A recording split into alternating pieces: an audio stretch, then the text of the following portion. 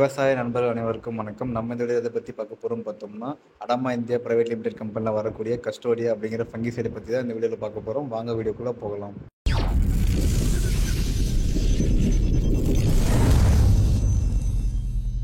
கஸ்டோடியா இதோட technical name வந்து பார்த்தோம்னா அசாக்சிட்ரோபின் 11% ப்ளஸ் டிபுகோனசோல் 18.3% எஸ்சி ஃபார்மேட்டில் இருக்குங்க. இது வந்து ஒரு சிஸ்டமிக் ஃபங்கிசைடுங்க. இதோட டோஸ் வந்து பார்த்தோம்னா ஏக்கராக்கு 250 ml to 300 ml வரைக்கும் பயன்படுத்தலாங்க. இந்த கஸ்டோடியா மருந்தை வந்து பார்த்தோம்னா காய்கறி பயிர், பூ பயிர், நெல் பயிர், பயப்பயிர் அப்படின்னு எல்லா பயிரையும் வந்து நம்ம பயன்படுத்திக்கலாங்க. இந்த கஸ்டோடியா மருந்து வந்து பார்த்தோம்னா மெயினாக மிளகாயில் வரக்கூடிய நுனிக்கருகள், பய வகைகள், அது மட்டும் இல்லாமல் பார்த்தோம்னா சாம்பல் நோய்க்கு வந்து ரொம்ப நல்லாவே இருக்குங்க.